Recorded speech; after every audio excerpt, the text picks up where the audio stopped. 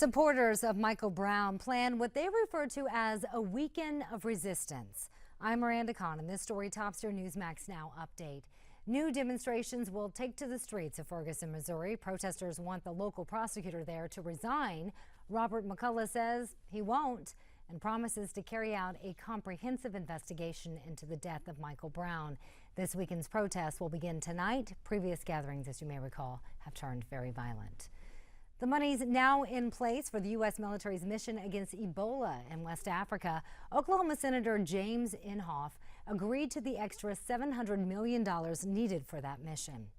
Today, the U.S. military built a 25-bed hospital scene right here in Liberia to treat healthcare workers who have or may become infected with Ebola. U.S. officials in Liberia say the facilities will be ready to treat patients in a few weeks. Also, CDC Director Thomas Frieden tells the World Bank speed is the most important factor when combating Ebola. In the 30 years I've been working in public health, the only thing like this has been AIDS. And we have to work now so that this is not the world's next AIDS. Participants at the annual meeting discussed the need for more funds and improved global coordination. Texas Senator Ted Cruz hits the campaign trail in Kansas. Cruz is trying to rally Republicans in a state that was supposed to be an easy pickup for the GOP. Cruz is supporting the incumbent senator despite originally raising money for Roberts' primary challenger, Milton Wolf. Also in Kansas, the state's attorney general there asked the state Supreme Court to block same-sex marriage licenses. But just earlier today, Kansas issued the first license of that kind to a gay couple.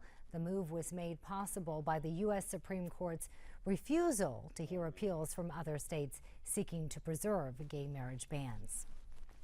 Microsoft CEO apologizes after saying instead of asking for a raise, women should, in his words, have faith that the system will give them the right raise.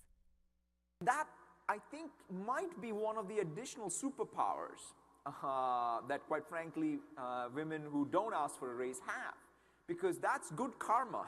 It'll come back. Today, he tweeted that he was inarticulate and that the pay gap between men and women needs to be closed. And say it ain't so, Yogi. Crooks who broke into the Yogi Berra Museum in North Jersey this week apparently got away with some of the Yankee greats' World Series rings. Can you believe it? But that's not all. The glove he used to catch Don Larsen's perfect game in the World Series and a couple of his MVP plaques are also gone. That was your latest Newsmax Now update. We'll have more coming your way in about 30 minutes.